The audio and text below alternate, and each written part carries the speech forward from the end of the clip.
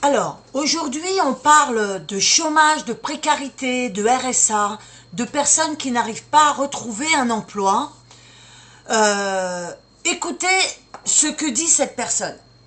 Nous avons décidé également de développer l'activité de fonderie d'aube de turbine. Et comme c'est une activité stratégique, on a décidé de le faire en France. Et on a décidé de s'installer à Rennes. Et on a fait cette annonce il y a à peu près un an, de s'installer à Rennes et de créer 500 emplois à Rennes pour développer une fonderie d'aube de turbine. Encore une fois, activité très stratégique dans le domaine militaire, mais également dans le domaine civil, puisque ça fait partie des pièces les plus critiques d'un moteur. Nous avons bien travaillé avec la maire de Rennes, avec le conseil régional, nous avons été soutenus, on a fait un beau dossier, 500 personnes, on s'est installé dans une zone ex-Stellantis, donc on a respecté totalement le, comment est-ce qu'on appelle ça, le zéro artificialisation nette, voilà, et là on a été surpris, et ça, voilà, je le dis, quand on parle de réindustrialisation, je me permets de dire ça, on a été surpris, dès l'annonce, d'être critiqué par les écologistes à Rennes, qui ont mis en cause comment dire, la majorité municipale de Rennes.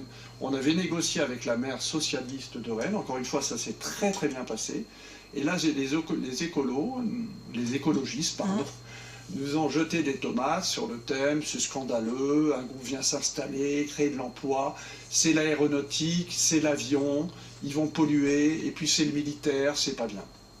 Alors, je vais être très très clair avec vous, pour moi, il n'est plus question aujourd'hui d'investir en France dans une ville qui est détenue par une majorité écologiste. C'est plus possible, je ne le ferai pas. Voilà. Si c'est pour se faire accueillir, quand on crée 500 emplois dans une région, si c'est pour se faire accueillir par des tomates, ce n'est pas la peine, je ne le ferai pas. Ah ouais, c'est fou. Voilà. Donc vous avez entendu.